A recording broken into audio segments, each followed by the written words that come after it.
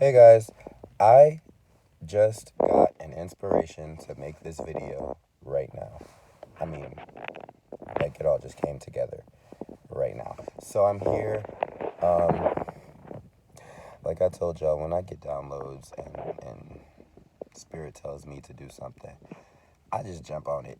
I don't even hesitate anymore because at this point, I'm realizing that my psychic, empathic intuitiveness is something that was given to me in this life to be able to use almost like as a survival instinct, and it does just that for me. So, in the spirit of me staying alive, here's something that I feel can maybe help you to stay alive. And this video is going to be a quick, I was thinking I was going to call this a Scorpio moon video. I'm probably going to call this Pisces slash Capricorn slash Scorpio on sensitivities.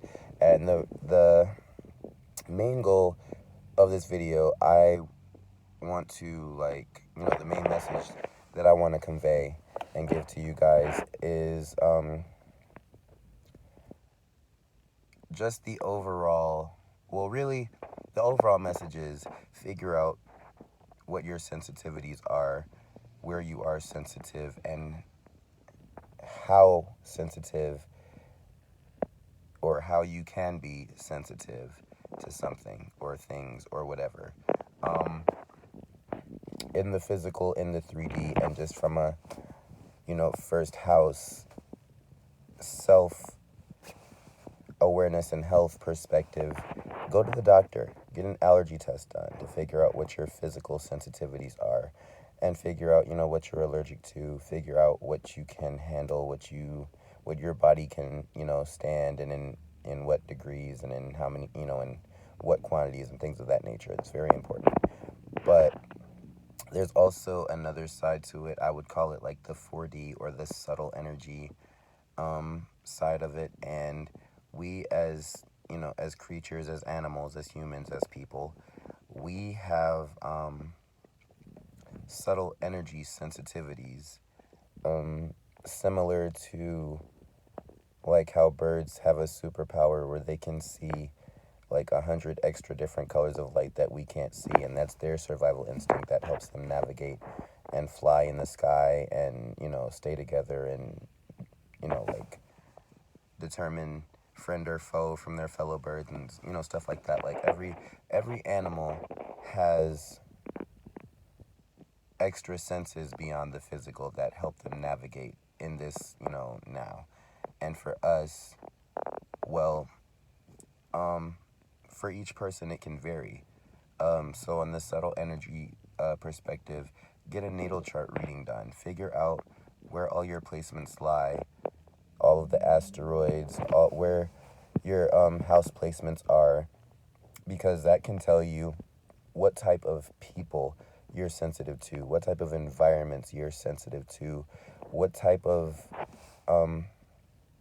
places or objects or foods or activities like are sensitivities or weak spots for you, like in the same sense of how if you have a peanut allergy, peanuts are your kryptonite and you can't be around them, and you can't, that's just not something that you can deal with in your everyday. On the same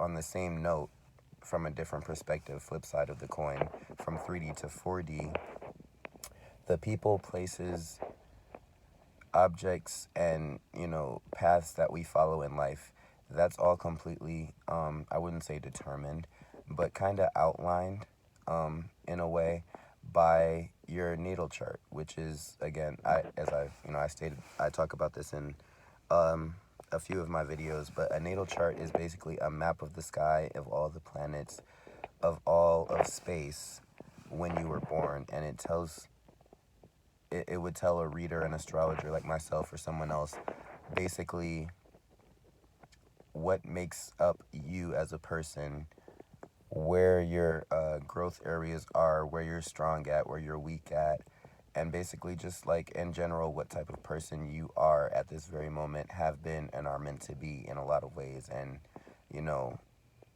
in with which groups of people, in which situations and scenarios, and just like in which parts of life. Like I look at lots of different types of astrology, but Vedic astrology, which is like the Indian or like Hindu type of astrology, where it's centered around the Vishnas and the nakshatras and the lagnas and things of that nature. Basically, the gods, the lunar houses or mansions, and also the rulers of those places. It's kind of, it's translatable, but I mentioned that because Vedic astrology is a type of astrology where like those people can take your natal chart and like read your future, your past, like your marriage, your career. Like it's very, very specific. Hold on. What's up? You ready? I'll be in a minute. Say hi to my brother.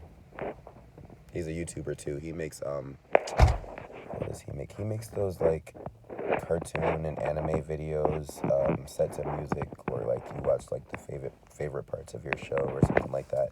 Check him out. I don't know the name of his channel at this very moment, but I'll link it in the description. So yeah, get a natal chart reading done, and if you don't understand it yourself, have someone explain it to you that does understand it, to give you just a better understanding of yourself and your life so far in general. And then I don't really want to go much farther than that, but I will, just for the sake of I want this to encompass all aspects of sensitivity and just really getting to understand how much that like affects you. And then we've talked about 3D physical reality. We've talked about 4D, and that's 4D, you can just like overall just call it like the space above. There's so many different terms or layers or dimensions of it. It's like the dream space, it's the thought realm, it's the astral plane, it's in a way it's outer space. It's a different layer of reality where things move a lot different where they do here. And then, there's 5D, and that's what I want to talk about now. So with a 5D, you need to figure out what your energetic sensitivities are. And this one is kind of like, this is more so like for the really like spiritual, really in tune, like really intuitive, psychic, or empathic types of people.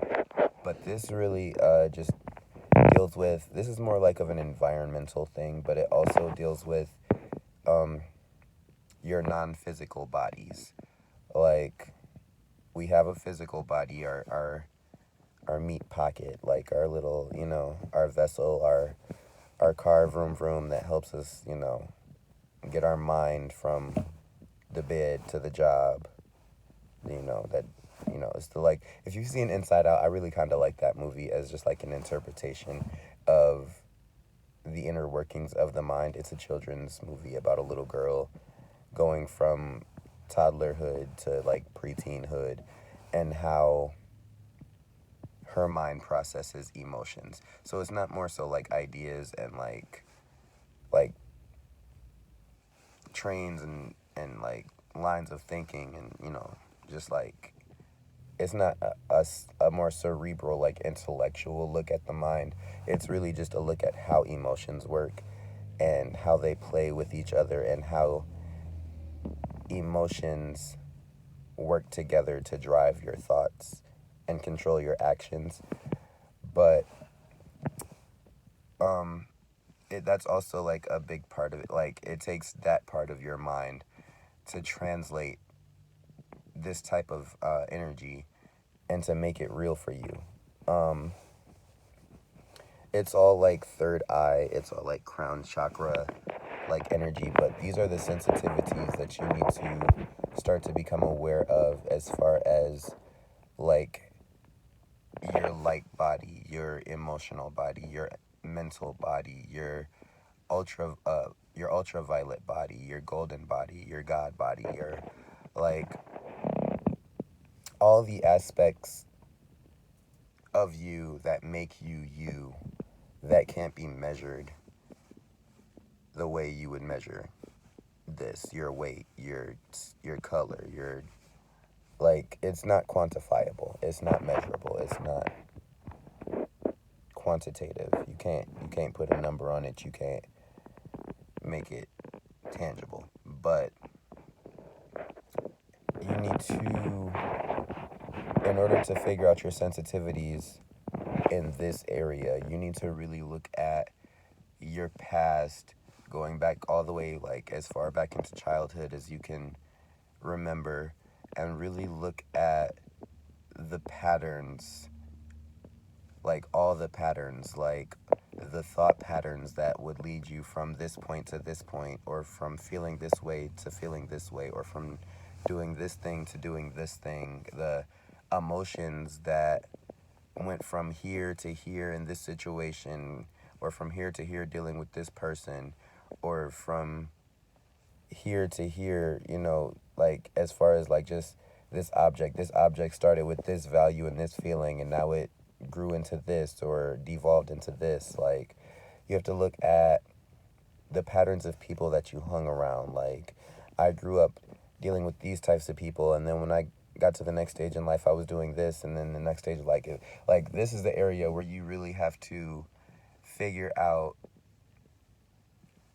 what your sensitivities are, as far as what's holding you down, what's pushing you back, or what's helping you to grow and move forward and move onward and move upward. But really, just like, this is a huge part of shadow work, because it takes this is the part of shadow work where you're really figuring out where you're weak at, where your weaknesses are, what you are weak to. Because yeah, you can do the light work and lift the weights and do the exercises and get stronger in certain areas where you're already strong. But knowing what your Achilles heel is, knowing the areas of life where you usually trip up at, and knowing just like where you need to mature and grow and continue working on, those are the parts of your life where, like, aside from what you're already good at now, those are the things that at the end of the day, because they require so much going into now, so much of you to invest in them, in that now, those would be the things that make you the person that you're meant to be. Like,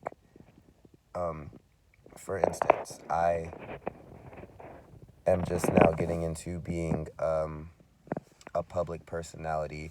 I've been an astrologer and lots of other things, but now I'm realizing that I need to work on really bringing things into manifestation in 3D, and really focusing on where I place my thoughts. I'm a Scorpio moon, so I have a lot of things, like, I have done some of the work to know what I don't know, and that's important, because it's impossible to know everything, but knowing what you know, knowing what you don't know, and being aware that there's so much more beyond that you can't even imagine, that you don't even know yet to even know, is the first step of like humbling yourself to being open to new experiences. And I don't even know where that was going, but check your sensitivities, get to know yourself, do the shadow work. I love you. Namaste. And I have some things to do because people are waiting on me now. But stay tuned. Hit the subscribe button. Like the video if you liked it. Make sure to check the description for whatever info I put there. I don't know what's going to be there yet.